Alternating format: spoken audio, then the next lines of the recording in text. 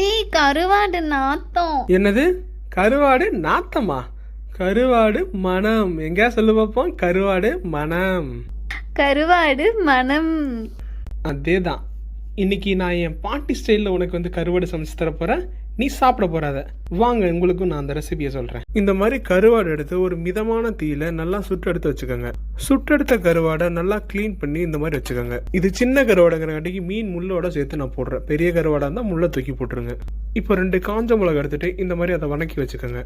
அது கூட ஒரு சின்ன நெல்லிக்காய் சைஸு புளியும் ஒரு பிஞ்சு கல் உப்பும் எடுத்து வச்சுக்கோங்க. இப்போ மிளகா, கல்லுப்பு, புளி கூட வந்து கருவாட்டையும் போட்டு குறைன்னு அரைச்சி எடுத்துக்கோங்க.